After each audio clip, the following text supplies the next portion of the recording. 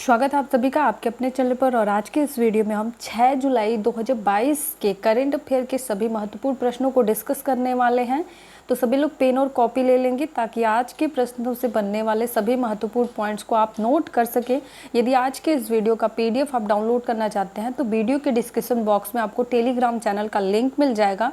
वहाँ से आप हमारे टेलीग्राम चैनल पर विजिट करके इस वीडियो का पीडीएफ डाउनलोड कर सकते हैं। वीडियो स्टार्ट करने से पहले आप सभी लोग चैनल को सब्सक्राइब कर लें, बेल आइकन को प्रेस कर लें ताकि आने वाली सभी वीडियो की नोटिफिकेशन आपको मिल जाए।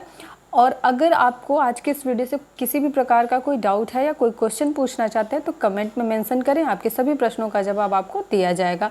कल के वीडियो में मैंने आपसे एक प्रश्न पूछा था, 4 जुलाई 2022 को प्रधानमंत्री नरेंद्र मोदी ने कहां पर डिजिटल भारत सप्ताह 2022 का शुभारंभ किया है, जिसका सही आंसर बहुत सारे स्टूडेंट ने बताया था और इसका सही आंसर था ऑप्शन सी, गांधीनगर में डिजिटल भारत सप्ताह 2022 का आयोजन किया गया है। चलिए आज के प्रश्नों को देखते हैं। 6 जुलाई के करंट अफेयर के प्रश्नों को देखेंगे। पहला प्रश्न है, एनएफएस से राज्य रैंकिंग सूचकांक 2022 में शीर्ष स्थान पर कौन सा राज्य है? ऑप्शन ए उत्तर प्रदेश, ऑप्शन 2 आंध्र प्रदेश, ऑप्शन 3 है गुजरात और ऑप्शन डी है उड़ीसा। जल्दी से इस प्रश्न का सही आंसर कमेंट करेंगे। क्या है इस प्रश्न का सही आंसर, कमेंट में बताएं। चलिए इस प्रश्न का सही आंसर जिन लोगों ने ऑप्शन डी ओडिशा को दिया है उनका आंसर बिल्कुल सही है।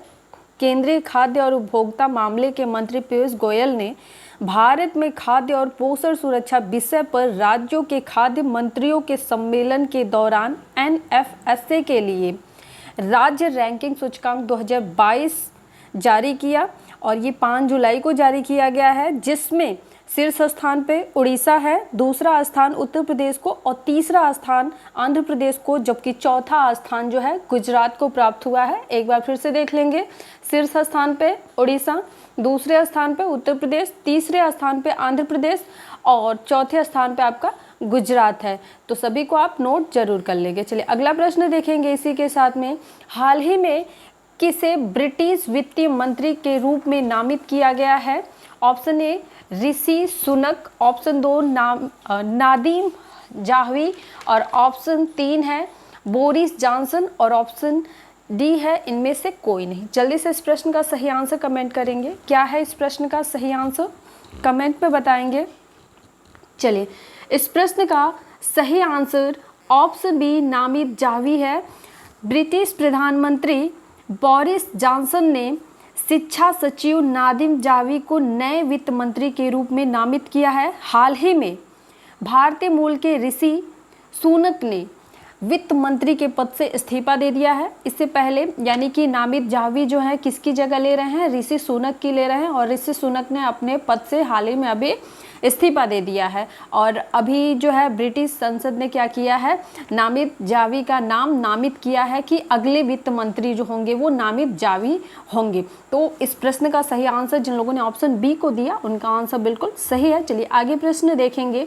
प्रश्न है, हाल ही में नौसेना युद्ध अभ्यास रिम ऑफ द पैसिफिक का आयोजन कहाँ किया गया है? ऑप्शन ए अमेरिका, ऑप्शन 2 हवाई द्वीप, ऑप्शन सी है रूस और ऑप्शन डी है यूक्रेन। जल्दी से इस प्रश्न का सही आंसर कमेंट करके बताएंगे। क्या है इस प्रश्न का सही आंसर, कमेंट में बताएं। चलिए इस प्रश्न का सही आंसर जिन लोगों ने ऑप्शन बी हवाई द्वीप को दिया है उनका आंसर बिल्कुल सही है।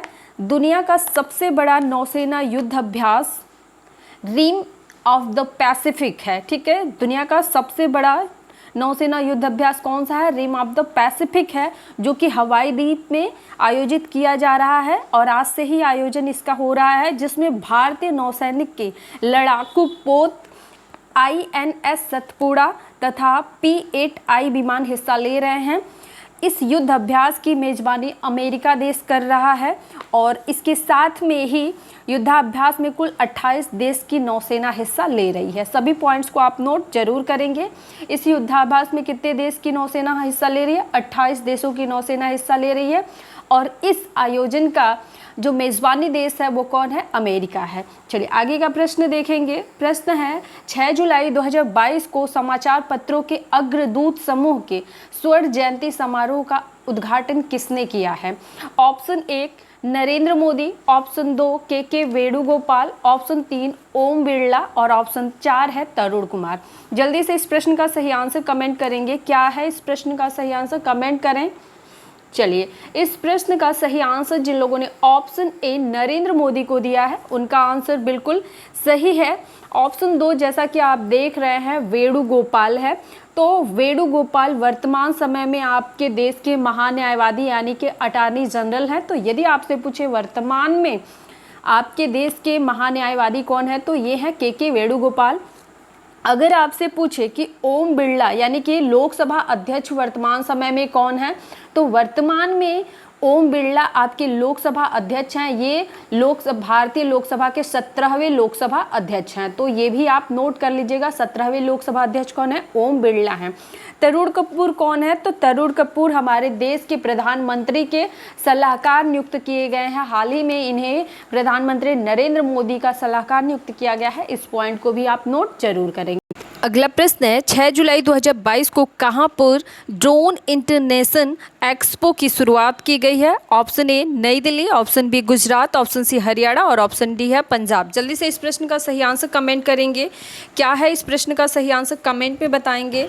चलिए, इस प्रश्न का सही आंसर जिन लोगों ने ऑप्शन ए नई दिल्ली को दिया है उनका आंसर बिल्कुल सही है। हाल ही में 6 जुलाई 2022 को ड्रोन इंटरनेशनल एक्सपो की शुरुआत नई दिल्ली के प्रगति मैदान से किया गया है और यह एक 2 दिवसीय आयोजन है। इसमें 2 दिनों तक ये जो आयोजन होने वाला है ये चलेगा, यानी कि 6 जुलाई और 7 जुलाई को ये कार्यरत रहने वाला है। चलिए आगे प्रश्न देखेंगे। प्रश्न है, हाल ही में भारतीय तटरक्षक बलों ने ऑपरेशन आइसलैंड वाच चलाया, यह कहां से प्रारंभ किया गया है।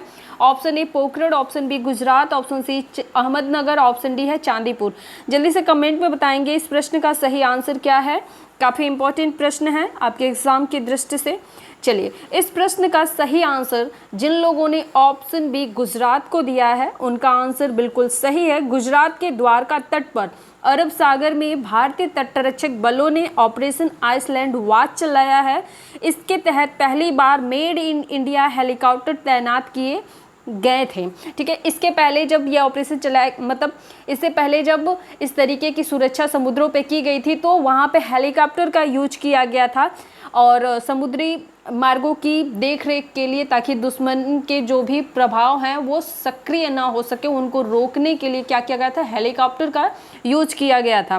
ठीक है, लेकिन अभी क्या किया गया है, इसमें थोड़ी सी तब्दीली की गई है, यानी कि इसको और अपडेट कर दिया गया है और अब दुश्मन के परखच्चे उड़ाने के लिए यहाँ पर होवरक्राफ्ट यूज किया जाएगा। होवरक्राफ्ट क्या है, ये एक प्रकार का हवाई गद्दों वाला वाहन होता है जो पानी और ज़मीन के साथ साथ बर्फीली सतह पर, कीचड़ पर और रेत पर भी आसानी से दौड़ सकता है। ठीक है, तो यानी इसमें क्या है कि जब ये हर जगह पे सक्रिय होगा, आसानी से चल सकेगा, इसकी रफ्तार जो होगी सभी जगह पे बराबर होगी, तो इससे क्या होगा, सुरक्षा भी भरपूर मात्रा में मिल सकेगी। और इसके क्या क्या अन्य क्वालिटी हैं उसको हम जानेंगे। एक ओवरक्राफ्ट में कुल 18 से 10 सैनिक होंगे और ये सैनिक आधुनिक हथियारों से लैस होंगे। समुद्र के रास्ते दुश्मनों को रोकना इसका मेन काम होगा, यानी कि जो इसका मेन मोटिव है, जो मेन काम है वो क्या है कि समुद्री मार्गों से आने वाले दुश्मनों को रोका जा सके। ठीक है, चलिए ये सारे बदलाव यहाँ पे किए गए हैं जो कि एग्ज़ाम की दृष्टि से भी महत्वपूर्ण है और बहुत ही बेहतर अपडेट है ये। चलिए आगे प्रश्न देखेंगे। प्रश्न है, मोदी @20 ड्रीम्स मीट डिलीवरी पुस्तक के लेखक कौन हैं। Option A Narendra Modi, option B S Jaishankar, option C Ram Bahadur Rai और ऑप्शन डी है अमित शाह। जल्दी से कमेंट में बताएंगे इस प्रश्न का सही आंसर क्या है, कमेंट करेंगे इस प्रश्न का सही आंसर क्या है। चलिए, इस प्रश्न का सही आंसर जिन लोगों ने ऑप्शन बी एस जयशंकर को दिया है उनका आंसर बिल्कुल सही है और ये प्रश्न मोस्ट इम्पॉर्टेंट है। ये प्रश्न आपके एग्जाम में पूछा जा सकता है, नोट जरूर कर लेंगे। हाल ही में विदेश मंत्री जयशंकर ने क्या किया है, विदेश मंत्री कौन है, एक पॉइंट ये नोट कर लेंगे, भारत के विदेश मंत्री हैं एस जयशंकर और एस जयशंकर ने ही मोदी @ड्रीम्स मीट डिलीवरी पुस्तक को लिखा है। इसे भी आप नोट जरूर करेंगे। चलिए आगे हम प्रश्न देखेंगे। हाल ही में भारतीय महिला मुक्केबाज आल्फिया पठान और गीतिका ने कौन सा पदक जीता है? ऑप्शन ए स्वर्ण पदक, ऑप्शन बी रजत पदक, ऑप्शन सी है कांस्य पदक और ऑप्शन डी है इनमें से कोई नहीं। जल्दी से कमेंट में बताएंगे इस प्रश्न का सही आंसर क्या है, कमेंट करके बताएंगे इस प्रश्न का सही आंसर क्या है। चलिए, इस प्रश्न का सही आंसर जिन लोगों ने ऑप्शन ए स्वर्ण पदक दिया है उनका आंसर बिल्कुल सही है। भारतीय महिला मुक्केबाज आल्फिया पठान और गीतिका ने कजाकिस्तान के नूर सुल्तान में एलॉर्डा कप में स्वर्ण पदक हासिल किया है, जो कि बहुत बड़ी उपलब्धि है खेल के क्षेत्र में। तो चलिए, इसी के साथ आज के इतिहास को हम जानेंगे कि आज के दिन का इतिहास किससे जुड़ा हुआ है और क्या मायने हैं आज के दिन का। 6 जुलाई 1901 में, यहाँ पे थोड़ा सा मिस प्रिंट हो गया है, 1901 है। 6 जुलाई 1901 में डॉक्टर श्यामा प्रसाद मुखर्जी का जन्म कोलकाता में हुआ। यह एक प्रखर राजनेता और स्वतंत्रता सेनानी थे। वर्ष 1939 में यह हिंदू सभा से जुड़ गए और इसी साल इन्हें महासभा का कार्यवाहक अध्यक्ष बना दिया गया। लोगों से अपनी बात पहुंचाने के लिए, यानी कि लोगों तक अपनी बात पहुंचाने के लिए इन्होंने क्या किया, भारतीय जनसंघ पार्टी का गठन किया था।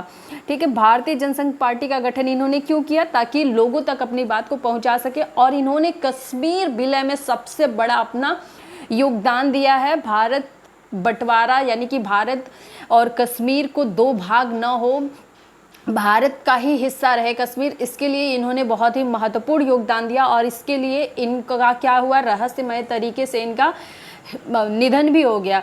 तो चलिए जानते हैं, इनके द्वारा एक नारा दिया गया था कश्मीर के विषय में, जो कि विश्व प्रसिद्ध रहा। इनका नारा था, एक देश में दो निशान, दो विधान, दो प्रधान, नहीं चलेंगे, नहीं चलेंगे।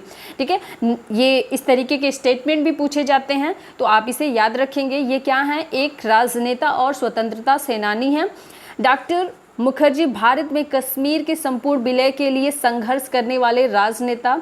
उस समय भारतीय संविधान के अनुच्छेद 370 के प्रावधान के अनुसार कोई भी व्यक्ति बिना परमिट के जम्मू कश्मीर की सीमा के अंदर प्रवेश नहीं कर सकता था। अगर जम्मू कश्मीर जाना है तो उसे क्या करना पड़ता था, 370 आर्टिकल के अकॉर्डिंग उसे एक परमिट लेकर के जाना होता था, जो कि 2019 में 370 धारा हटने के बाद ये परमिट वाला सिस्टम क्या हो गया, पूरी तरीके से समाप्त हो गया। और डॉक्टर मुखर्जी भी यही चाहते थे कि कश्मीर जो है ये भारत का अभिन्न अंग बने, न कि भारत से अलग रहे और अलग, इसको अलग प्रधानता मिले, यहाँ पे अलग सरकार बने और भारत में अलग सरकार बने। तो इसी के लिए वो क्या चाहते थे, जम्मू कश्मीर में एंट्री करना चाहते थे। और इन्होंने एक प्रयास भी किया कश्मीर जाने का। और जब इन्होंने प्रयास किया कश्मीर जाने के लिए, तो इन्हें पंजाब और कश्मीर की सीमा के बीच बहने वाली रावी नदी के पुल पर गिरफ्तार कर लिया गया और कश्मीर के कारावास में इनको क्या कर दिया गया, बंद कर दिया गया और इन्हें नज़रबंद कर दिया गया। और इसके बाद 23 जून 1953 में इनका कश्मीर के ही कारावास में रहस्यमय तरीके से इनका निधन हो गया। तो ये काफ़ी महत्वपूर्ण है। आज 6 जुलाई है और 6 जुलाई 2022 में इनका 121वीं जयंती है। तो आज के दिन पे ये इतिहास की दृष्टि से काफ़ी महत्वपूर्ण पॉइंट था, जो कि आपको जानना चाहिए। तो चलिए, आज का प्रश्न आप सभी के लिए है, कमेंट में इस प्रश्न का आंसर बताएंगे कि इस प्रश्न का सही आंसर क्या होगा। कल की वीडियो में मैंने इस प्रश्न को आपको पढ़ाया है। 4 जुलाई 2022 को प्रधानमंत्री नरेंद्र मोदी ने कहाँ पर स्वतंत्रता सेनानी अल्लूरी सीताराम राजू की 30 फीट ऊंची कांस्य मूर्ति का अनावरण किया है? ऑप्शन ए भीमावरम आंध्र प्रदेश, ऑप्शन 2 है मेनार राजस्थान, ऑप्शन 3 रामागुंडम तेलंगाना और ऑप्शन 4 है भोपाल मध्य प्रदेश। कमेंट में अपना आंसर जरूर मेंशन करेंगे। और यदि आज का वीडियो पसंद आया तो वीडियो को लाइक शेयर जरूर करेंगे। यदि किसी भी प्रकार का डाउट है तो कमेंट के माध्यम से बताएंगे। चैनल पर नए हो तो चैनल को सब्सक्राइब कर लीजिएगा। वीडियो देखने के लिए धन्यवाद।